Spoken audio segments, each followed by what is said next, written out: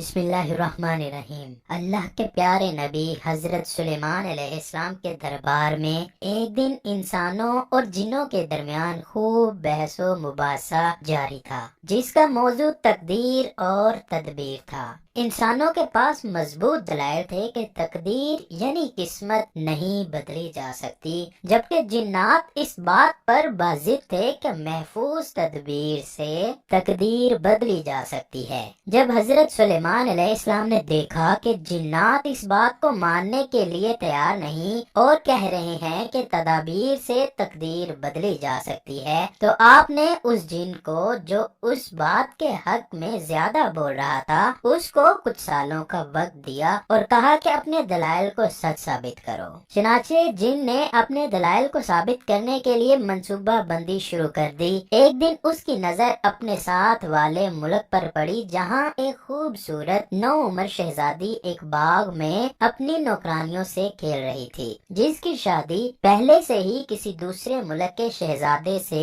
طے ہو چکی تھی۔ جن نے شہزادی کو بے ہوش کیا اور شہر سے بہت دور جنگلات میں ایک گھنے درخت پر اس کا گھر بنایا اور شہزادی کی تمام ضروریات کی اشیاء بھی وہاں رکھ دی۔ جب شہزادی ہوش میں آئی تو چیخنے چلانے لگی اور رونے لگی اور کھانے پینے سے انکار کر دیا۔ جن یہ جانتا تھا کہ کوئی بھی انسان کسی نئی جگہ پر جلد مانوس نہیں ہوتا، اس لیے اس نے شہزادی کے محل سے شہزادی کی ساری چیزیں چرائیں اور اس کو اس کے کمرے میں لا کر رکھ دیا، اور شہزادی کے سامنے ایک بزرگ کی شکل میں ظاہر آیا اور بتایا کہ اب تمہیں یہیں پر رہنا ہے۔ بزرگ جن نے شہزادی سے کہا کہ اب وہ کل آئے گا۔ جب جن چلا گیا تو شہزادی نے دروازہ کھولا تو حیران رہ گئی۔ یہ کمرہ درخت کی انتہائی بلندی پر تھا، جس پر سے وہ نہ اتر سکتی تھی، اور ہر طرف بس پانی اور درخت تھے، دور دور تک آبادی کا کوئی نشان نہ تھا۔ وقت گزرنے کے ساتھ ساتھ شہزادی جن کی عادی ہوتی گئی، وہ اسی سے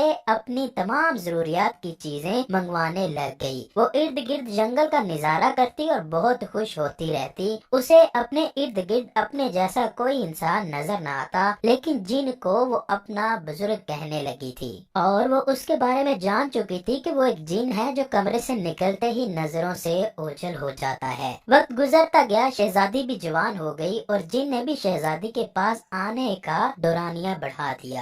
جن بہت خوش تھا کہ وہ شہزادی کو حضرت سلیمان علیہ السلام کے سامنے پیش کر کے جلد اپنی بات کو سچ ثابت کرے گا اور ان سے تمام جنات کی سرداری مانگے گا۔ پھر ایک دن بہت سخت طوفان آیا اور قریب ہی دریا کے پانی بھی سارے جنگل میں پھیل گیا۔ شہزادی ڈری سہمی بیٹھی تھی کہ اچانک دروازے پر دستک ہوئی۔ شہزادی مزید ڈر گئی، کیونکہ اتنے سالوں میں اس کے دروازے پر کبھی دستک نہ ہوئی تھی، کیونکہ جن تو بغیر دروازے کے آتا جاتا تھا۔ شہزادی نے دروازے کے پاس جا کر پوچھا تو باہر سے آواز آئی کہ ہم طوفان میں بھٹک گئے ہیں، ہمیں کچھ دیر کے لیے یہاں رکنے دیں۔ شہزادی نے دروازہ کھولا تو دو نوجوان دروازے کے سامنے درخت کی ٹہنی پر مشکل سے لٹک رہے تھے۔ دروازہ کھلتے ہی وہ اندر آ گئے۔ شہزادی نے بہت دیر بعد انسان دیکھے تو اس کے چہرے پر خوشی کے اثرات نمایاں تھے۔ شہزادی نے غور کیا تو پتا چلا کہ ان دونوں میں سے ایک شخص انتہائی امیر لگ رہا تھا، جبکہ ایک غریب اور امیر لڑکا زخموں سے چور بھی تھا۔